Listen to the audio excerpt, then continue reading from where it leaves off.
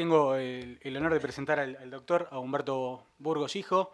Es abogado, egresado de la Universidad de Córdoba, es especialista en Derecho del Trabajo en la Universidad Nacional del Litoral, Santa Fe.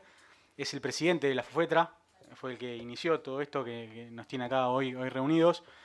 Es, como dije, el presidente del Colegio de Abogados de Salta. Es especialista en relaciones del trabajo por la Universidad de Castilla-La Mancha y muchas cosas más, pero la idea es no robarle más tiempo, así que Humberto, un gusto tenerte con nosotros. Muchas gracias. Bueno, atento que está el break ahí, ya está el aroma del cafecito, así que vamos a tratar de cortar los tiempos. Bueno, en primer lugar, como le decía, el foro trata de traer la realidad de cada provincia, ¿no? En mi provincia está pasando mucho el tema que yo elegí, que es la trata laboral. Desde hace tiempo vengo insistiendo de alguna manera, creo que en la revista de R-Just sale un artículo mío también sobre fallo en Hidera, es parte de esta propuesta que les vengo a traer. Primero decirles que en el año 2008 y 2013 se sancionan leyes relacionadas a la sanción penal de los delitos relacionados con la trata de personas y la trata laboral. Gracias, doctor. Llega de Santa Fe, los santafesinos son así. Nos vamos a referir que la idea es decirles en qué consiste la trata de personas, la trata laboral, hacernos una pregunta si realmente esto puede ocurrir en actividades lícitas o ilícitas y finalmente es decirle cuál es el desafío en la trata laboral y si realmente somos libres o son libres los trabajadores cuando ocurren determinadas situaciones en las relaciones de trabajo. En el artículo 2 de estas normativas que yo les expliqué, la ley 26842 define que se entiende por trata de personas el ofrecimiento, la captación, el traslado, la recepción o acogida de personas con fines de explotación. Ese es el concepto genérico de trata de personas. Avanzando dentro de esa normativa hay distintas posibilidades relacionadas con los delitos. En realidad tenemos que hablar de que esto viene a implementar un castigo penal. Lo que estamos viendo son delitos penales. Digamos, la trata de personas es un delito penal, un delito transnacional. No solamente ocurre en las provincias, sino de países a países y de provincias a países hacia afuera. También el artículo 2 hace referencia a una serie de hipótesis o situaciones vinculadas a cuándo o con qué fines se utiliza la explotación económica. Lo más relacionado con la trata laboral está en el artículo 2, que se refiere a cuando se obligara a una persona a realizar trabajo o servicios forzados. Eso es la trata laboral. Es decir, con el tiempo ha ido avanzando el concepto del trabajo o servicio forzoso, que lo habíamos tomado principalmente del protocolo de Palermo, del convenio 29 de la OIT, que en líneas generales es receptado por nuestra normativa penal. Es decir, volvemos a esto, es la captación, el traslado, la acogida, la recepción. ¿Con qué finalidad? La explotación económica, es decir, que otra persona realice trabajo o servicios forzados para otra persona sin voluntad, sin consentimiento y por lo tanto no existe ningún tipo de contrato laboral, ¿no? Por eso también la normativa penal señala de que no exime de responsabilidad a los delincuentes de trata cuando haya consentimiento de la víctima. Como le había señalado, el protocolo de Palermo señala fundamentalmente 4 ideas esenciales para tener en cuenta cuando hay trata de personas. Se niegan los derechos fundamentales, la libertad, la dignidad. Se viola totalmente cualquier proyecto de vida que tenga la persona, lo vinculado a la seguridad, las amenazas son constantes. La trata y el tráfico. Muchas veces confundimos lo que es la trata y el tráfico. La trata es lo que estamos señalando y el tráfico puede ser el ingreso ilegal de personas de otros países a nuestro país y en ese caso son inmigrantes ilegales. Las sanciones son absolutamente distintas. Cuando el inmigrante es ilegal es la sanción administrativa que posiblemente implique devolverlos a su país de origen. En el caso de la trata, los resultados son otros. Se castiga penalmente al delincuente y de alguna manera se trata de contener socialmente a las personas que hayan sido traídas en esas condiciones.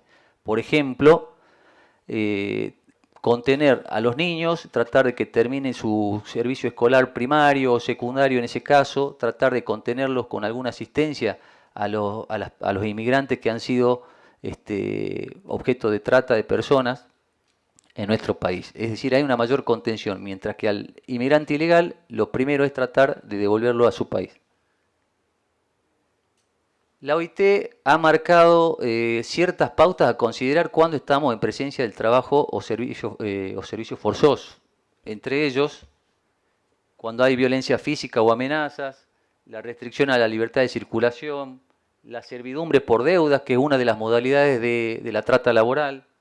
¿Qué significa la servidumbre por deudas? Entrego a mi hijo, entrego a mi hermano, a mi esposa o a alguna persona sobre la cual influí, obviamente engañándola, y ella cumple una tarea para otra persona para pagar mi deuda. Es decir, no hay remuneración alguna por parte de esta persona y solamente lo que se busca es que realice trabajo o servicio a favor de otro.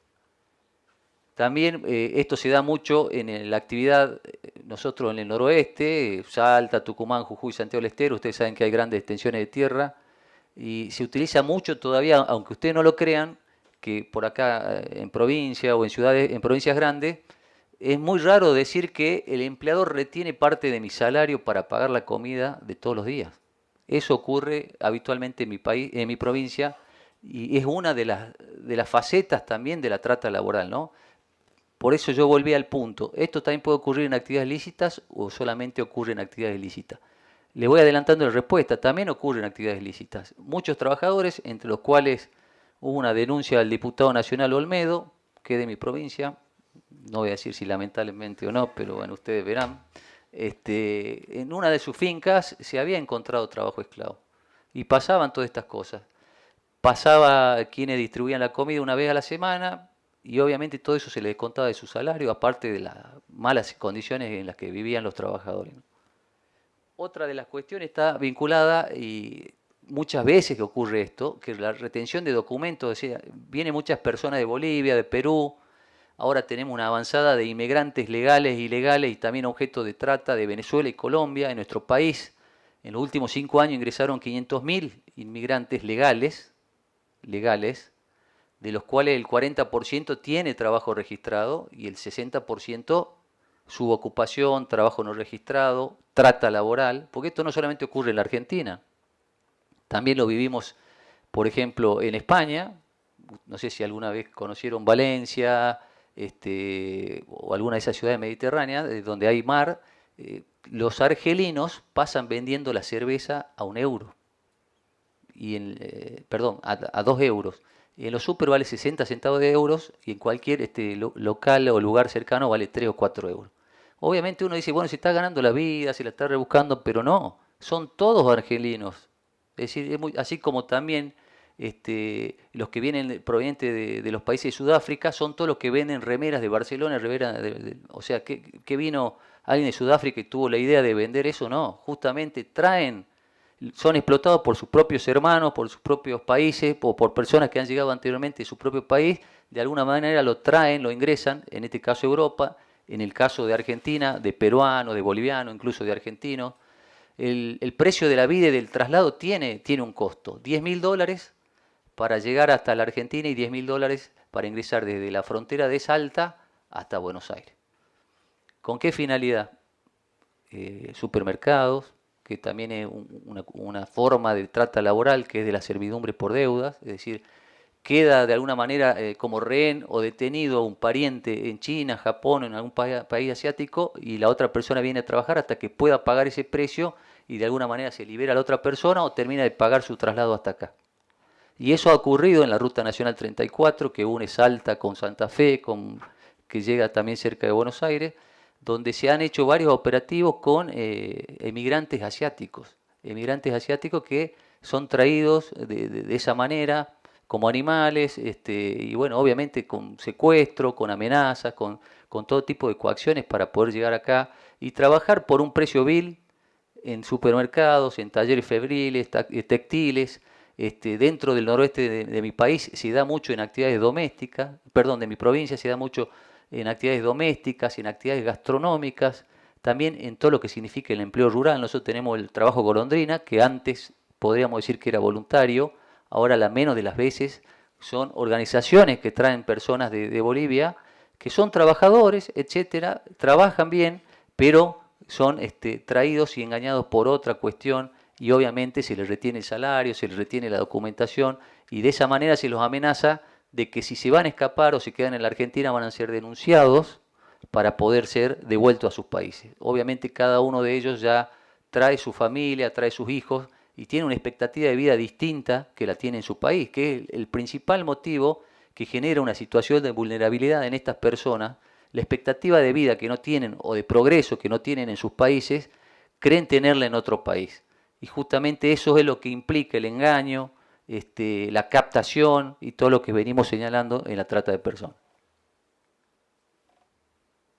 ¿Cómo identificamos las víctimas? También la OIT ha señalado que no se trata de grupos homogéneos, también se trata o está vinculado al tema del trabajo para los cuales se los trae. Muchas veces se traen niños, tenemos el caso a nivel mundial, por ejemplo, de las cañas de azúcar, donde se plantan cañas de azúcar, donde se necesita sobre todo mano de obra infantil. Tenemos el caso de mujeres que por ahí pueden desarrollar más que nada el trabajo de la producción de alfombra en otros países asiáticos. Está relacionado directamente con el trabajo o la explotación que se quiera realizar. Por eso el grupo no es homogéneo. Algunas veces son hasta personas mayores, otras veces son niños y otras veces son mujeres. Habíamos señalado que el ingreso puede ser legal o ilegal. La mayoría de las veces es un ingreso ilegal porque obviamente, como decía yo, se retiene la documentación y de alguna manera eso sirve para amenazar a las personas de que no se escapen de ese lugar. Ustedes lo han vivido acá también en Buenos Aires, donde grandes talleres textiles, las personas son hacinadas, los chicos, si tienen la suerte de ser educados, posiblemente dentro de ese mismo taller es donde reciben la educación. El concepto de cama caliente, es decir, un trabajador trabaja 12 horas, descansa, se levanta el otro y sigue trabajando. Son todas cuestiones que obviamente afectan la dignidad humana y que justamente es la situación de la trata laboral. Estas son las formas de trata laboral, ya nos habíamos referido a la principal, que era el trabajo por endeudamiento de los emigrantes chinos. También el trabajo que yo había señalado que pasa en el noroeste argentino, porque hay fincas que están alejadas totalmente de la capital, y también se presta esto de la trata laboral con la trata sexual, porque muchas veces el capataz de la finca toma como mujer a una niña de 12, de 13, de 14 y 15 años y convive con ella. Obviamente va terminando siendo madre porque el abuso que sufre a diario es como una prenda, como un objeto que tiene el capataz dentro de la finca y nadie puede decir nada porque todo el mundo está asustado, tiene miedo, no tiene forma, carencia de poder absoluto para revertir esta situación.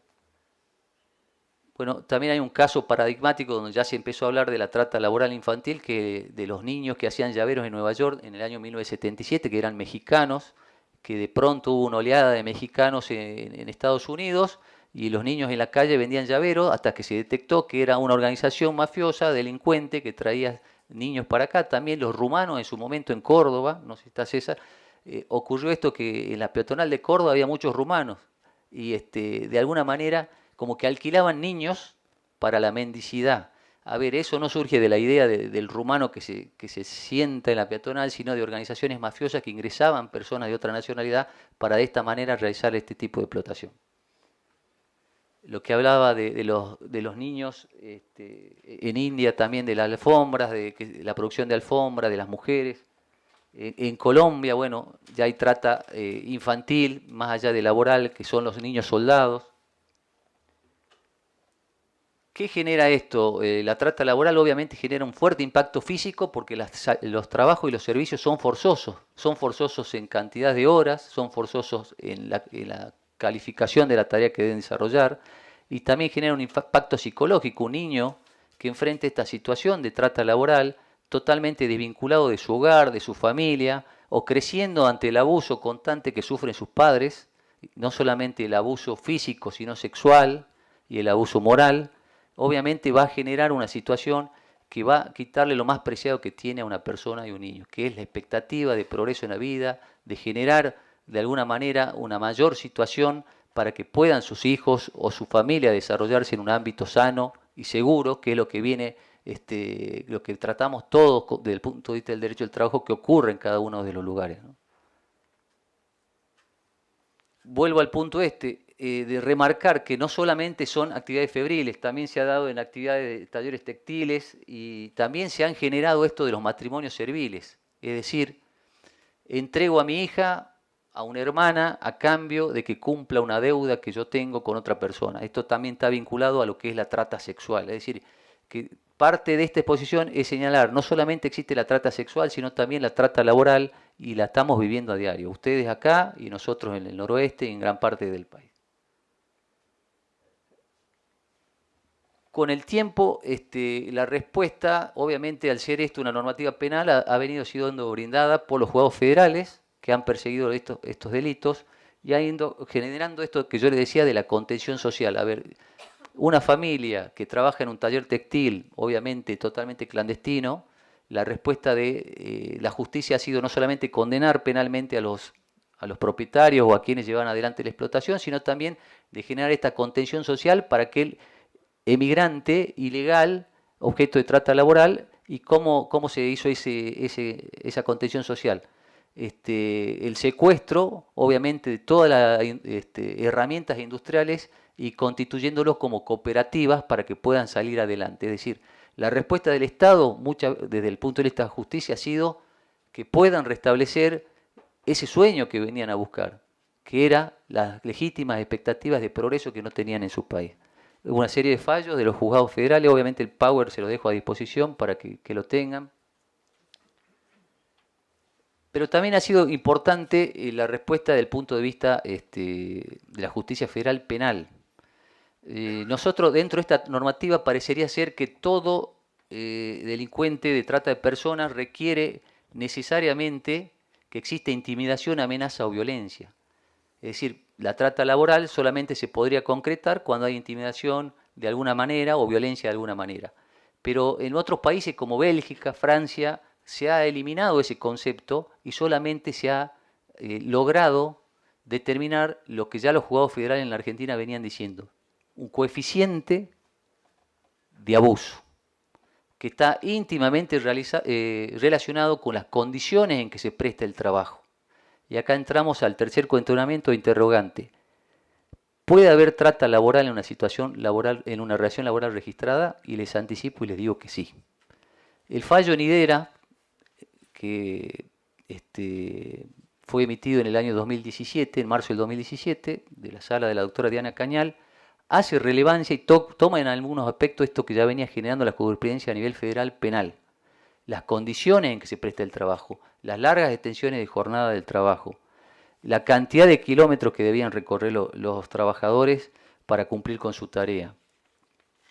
Es decir, que la idea sería avanzar del punto de vista jurisprudencial, ya que la normativa penal está más vinculada a la existencia de amenazas o intimidación, de poder dar una respuesta que ya la viene dando a partir de este fallo, del fallo Nidera, que reconoce daños morales a los trabajadores por cada día que han sido objeto de opresión y de trata laboral. Eran 4 trabajadores y la condena fue de 500.000 pesos, aproximadamente 10.000 pesos por día por haber sufrido estas condiciones. Y señalarle primeramente qué era el fallo Nidera. El fallo Nidera es una empresa multinacional que se dedica al cultivo de maíz, y generó todas estas cuestiones de estas conductas delictivas que dijimos. Por ejemplo, la captación, donde se realizaba en la ciudad de Sumampa, Santiago del Estero, una ciudad muy pobre desde el punto de vista económico y muy en imposibilidad de condiciones de acceder a una educación primaria y secundaria por la escasez económica, por la falta de establecimientos educativos. Entonces, la empresa Nidera contrataba una persona que se paraba en la plaza de Sumampa y ofrecía trabajos, y como ustedes saben, el ofrecimiento era con la creencia de que iban a salir adelante, que le iban a pagar bien, que la obra social, que iban a poder hacer crecer sus hijos. Tomaban los trabajadores, al otro día los trasladaban en micro hasta Entre Ríos, hasta los campos de Mayolo, cerca de San Patricio, y los distribuían en distintas casillas de madera. Casillas de madera preparadas para 6 u 8 personas, donde convivían 16 o 14 personas, donde no había baños ni químicos, ni baños construidos. Utilizaban o elaboraron de alguna manera los baños a unos metros de donde estaban las casillas, y con plásticos negros hacían las veces del baño donde podían hacer sus necesidades. Cómo se bañaban, cómo se duchaban, utilizaban los baldes que se utilizaban de agroquímicos, los enjuagaban y con eso se duchaban. ¿Dónde cocinaban? Tampoco había cocina. Entonces se hacían cocinas al estilo del campo, con leña, de alguna manera, y se cocinaban ollas populares. ¿Cómo obtenían la comida? Venía una vez a la semana el proveedor de Nidera, repartía la comida y después cuando iban a cobrar se les descontaba la comida. Es decir, ¿cuántas horas trabajaban? 16 horas por día. ¿Cuántas horas caminaban en los campos y muchas veces sin calzado y sin indumentaria para ese trabajo? Entre 10 y 20 kilómetros por día. Entonces la pregunta es, si nosotros seguimos esperando, si seguimos señalando de que es necesaria la coacción, la amenaza o de alguna manera probar eso, nunca vamos a encontrar a estas personas como culpables como culpables de trata laboral. Entonces el paradigma el criterio o el desafío es este, es decir, la respuesta tiene que venir del derecho del trabajo y yo creo que esto son delitos de los que llamamos en blanco, es decir, tienen que ser complementados con el derecho del trabajo.